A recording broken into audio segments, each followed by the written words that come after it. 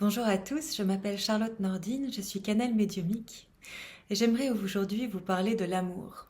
De l'amour dans la relation, mais aussi de l'amour en tant que principe métaphysique, selon les enseignements de la Mère divine de la part de Isis.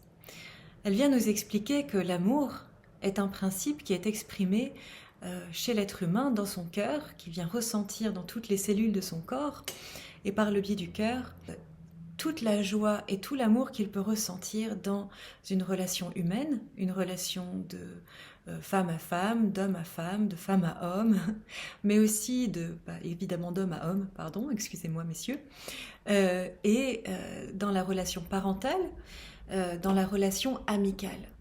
Et l'amour dans la relation amicale est peut-être une des relations, quand ça marche bien, d'amour les plus simples, parce que justement, on n'a pas tous les problèmes de conflit dans la polarité inversée de l'amour qui vont appartenir à tout ce royaume de l'illusion et de dualité, de séparation dans lequel nous vivons, aussi ici sur cette terre.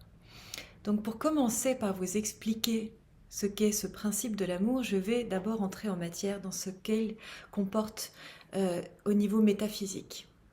Donc Dieu, ou la source, quand elle a commencé à s'engendrer sous forme de matière, sous forme de création, il s'est divisé. La source s'est divisée depuis la conscience une pour devenir matière. Et donc en fait, elle fait une division de son propre principe. C'est ce qu'on appelle aussi le vice capici. Donc la source s'expand, mais quand elle s'expand, elle se divise et elle va se séparer. Et c'est ce qu'on appelle la division. Et que lorsque la source se sépare, quand on est encore proche de son noyau, la division n'est pas très grande. Mais plus on va s'éloigner du noyau de la source quand elle s'expand dans sa création, plus l'écart va être grand entre le noyau et la source.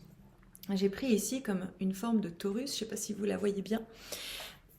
Si vous prenez le noyau de la source ici, et vous voyez qu'elle va s'expandre. Et quand on arrive ici tout au bout, eh bien, nous sommes dans la création, en expansion, le moins proche de la source. Et depuis cet état-là, où on est le plus séparé de la source, eh bien, elle va nous ramener, nous réaspirer. Et cette réaspiration est le retour vers la matrice du noyau de l'unité. Et ce principe qui nous réaspire, c'est l'amour. C'est l'aimant. Donc c'est le même mot, amour et aimant.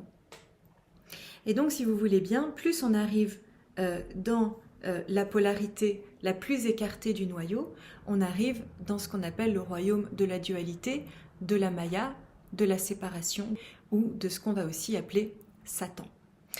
Et dans ce qu'on a, lorsqu'on va rencontrer l'amour dans sa polarité la plus inversée, donc en fait, c'est pas qu'il y a l'amour et la haine, ou l'amour et la jalousie.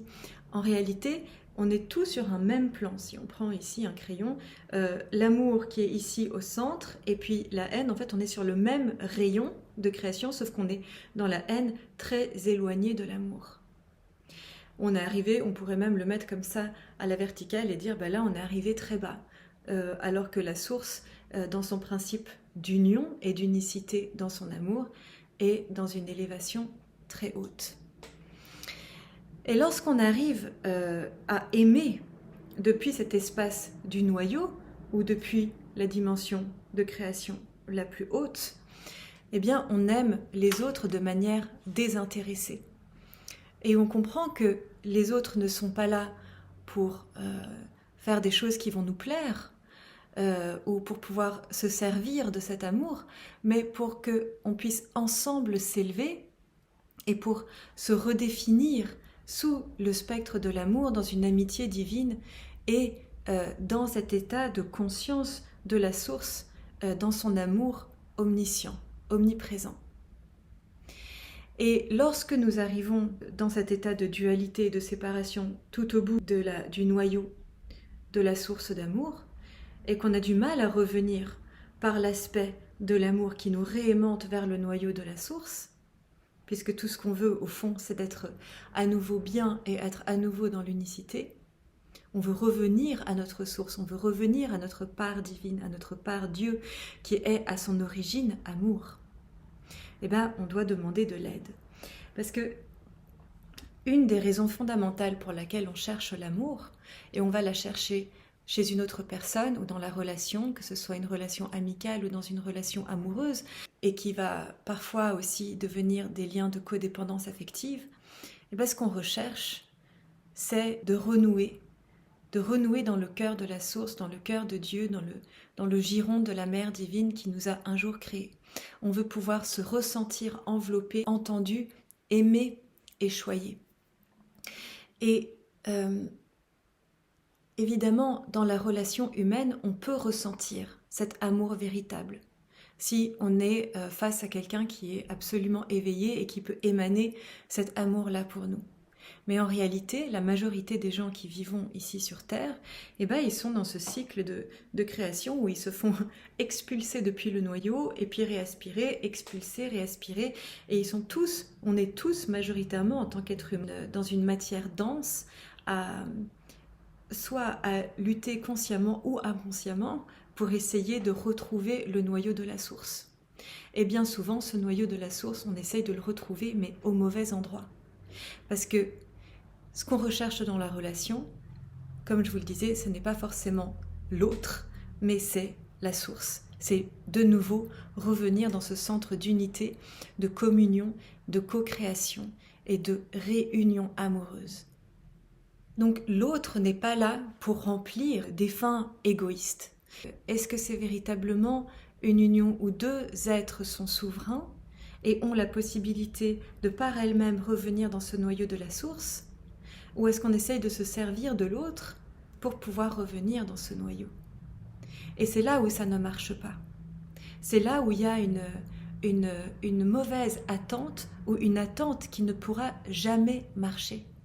On ne peut jamais attendre que l'autre soit ce principe d'amour qui va nous réaimanter jusqu'au cœur de la source, alors que c'est le seul endroit où véritablement on peut reconnaître et rencontrer cet état d'expansion et d'amour qui fait partie de notre état d'être d'origine et de notre droit souverain en tant qu'âme humaine, enfant du plus haut, enfant du plus grand et enfant de l'amour. C'est un peu comme si nous demandions à pouvoir être libérés de notre amour humain pour pouvoir goûter à l'amour divin, à l'amour sacré de la source. Et en réalité, on ne peut goûter à cet espace d'amour souverain qu'une fois qu'on a réussi à établir une relation de sincérité, de confiance avec la source même, avec la Mère divine et le Père divin. Et c'est dans cette nature du pouvoir, de l'amour, que va régner notre pouvoir souverain à nous aussi. Le pouvoir de la source va s'expandre dans notre cœur pour nous rendre souverains et dans notre propre pouvoir. Comme le disait un être très cher à mon cœur qui est Paramahansa Yogananda, qui est ce célèbre auteur du livre best-seller Autobiographie d'un yogi, il nous dit que l'amour règne sur le trône du respect désintéressé pour les autres âmes. L'amour expire lorsque l'égoïsme poignarde l'âme.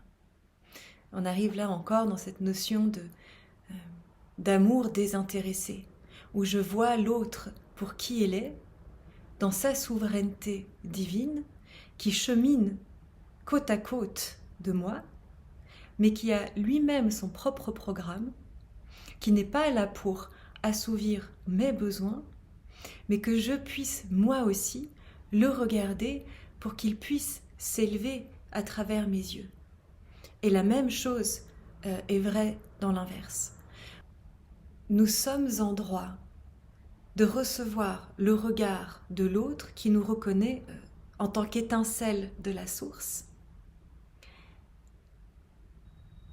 et reconnaître notre noyau de cœur régénéré par la source d'amour universel dans son principe créateur omniscient. Cette force vitale qui nous absorbe à nouveau dans l'unité et dans la plénitude de qui nous sommes.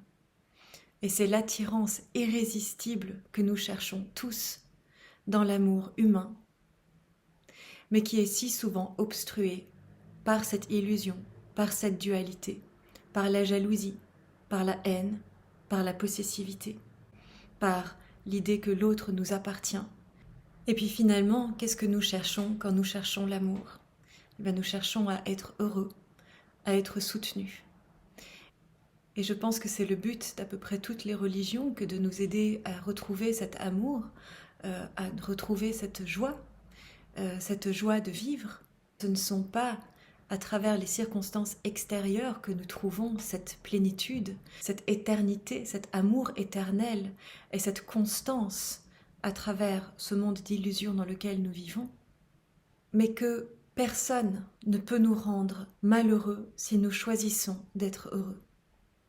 Et personne ne peut nous rendre heureux si nous choisissons de la même manière d'être malheureux. Donc déjà là, c'est une posture de est-ce que ce sont les circonstances extérieures qui vont amener à moi cet amour et cette quiétude éternelle et cette paix intérieure, ou est-ce que c'est la recherche de retourner dans cette quiétude abondante dans laquelle la source essaye de nous réattirer constamment ? Isis nous explique aussi que nous ne pouvons pas trouver le paradis sur cette terre, mais ce sont à l'intérieur de nos cœurs qui ont, eux, réussi à reconnaître que nous sommes cette âme souveraine, qui peut toujours porter en elle la conscience de l'amour éternel et de la vie éternelle, la vie infinie qui vibre en elle. Aucune circonstance extérieure ne peut jamais nous amener à cette circonstance de plénitude infinie. Le monde n'a pas été conçu ainsi, c'est mathématiquement pas possible. Et donc notre quête à nous tous, c'est de ne pas se fier à toutes nos attentes. Ça veut dire que le malheur va arriver lorsque ce qui se passe dans la matière ne correspond pas à nos attentes. Ça veut dire que l'autre n'a pas fait ce que l'on aurait aimé qu'il fasse, et tout d'un coup notre monde chute, et notre état de bien-être ne peut plus exister. Et que le bonheur serait aussi lié à cette attente. Mais ça ne peut pas être juste non plus, parce que ça veut dire qu'au prochain moment où notre attente n'a pas été répondue, notre monde chute à nouveau. Alors que si nous nous relions à cet espace aimanté à nouveau jusqu'au cœur de la source, on arrive dans cet état d'être d'équanimité et de paix, de quiétude intérieure constante et infinie. Parce que comme nous l'enseigne Isis, qui nous sommes dans cet instant et qui nous sommes dans l'infini. Et si nous sommes cet être qui va naviguer de haut en bas en chaque instant, en étant absorbé par les circonstances extérieures pour connaître la joie, la plénitude et l'amour, on ne la trouvera jamais. Cette joie, cette plénitude et cet amour va se trouver dans l'intérieur. Et ce que nous aimerions, c'est nous fondre dans cet amour. C'est reconnaître que cet amour existe toujours à l'intérieur de nous et n'est pas sujet au voile de l'oubli. Et que même si nous ne voyons pas, même si nous ne connaissons pas dans la matière ce règne de l'amour et de l'infini, il existe au-delà des perceptions que nous avons de ce monde. Et c'est aussi un point très important que j'aimerais aborder ici, auquel nous encourage Isis, c'est de reconnaître que même si nous ne voyons pas l'être que nous cherchons dans la matière, même si nous n'avons pas ce compagnon, cette compagne que nous cherchons dans cet amour absolu, cela ne veut pas dire qu'il n'existe pas. Et que c'est un encouragement, même en ne le trouvant pas ici dans la matière, que de le reconnaître dans notre cœur qui est relié à cette paisibilité, à ce giron d'amour infini qui nous tient, qui nous contient et qui nous soutient. Et ce que nous pouvons nous répéter, c'est que nous sommes au-delà de la pensée, au-delà de l'expression du corps, au-delà de toute matière et de tout esprit. Nous sommes amour et bonheur infini. Et j'aimerais vous rappeler que nous allons faire un atelier le 30 avril pour aller connecter à cette source d'amour infini par le biais de notre axe Kundalini, par l'énergie Kundalini qui est en nous. Je voudrais célébrer avec vous le Mercure rétrograde après cette grande pleine lune que nous traversons en Scorpion. Parce que nous avons tellement de choses à mettre au diapason avec tous les événements planétaires qui nous arrivent. Nous sommes accompagnés par les astres, nous sommes accompagnés des étoiles et nous sommes accompagnés dans l'infinitude qui nous attend, dans l'espace de nos cœurs féconds et dans cet axe central qui nous permet de nous réunifier au giron éternel de la source et de la mère divine. Je vous mettrai tous les détails de cet atelier dans la description de cette vidéo et je vous embrasse de tout mon cœur. À bientôt.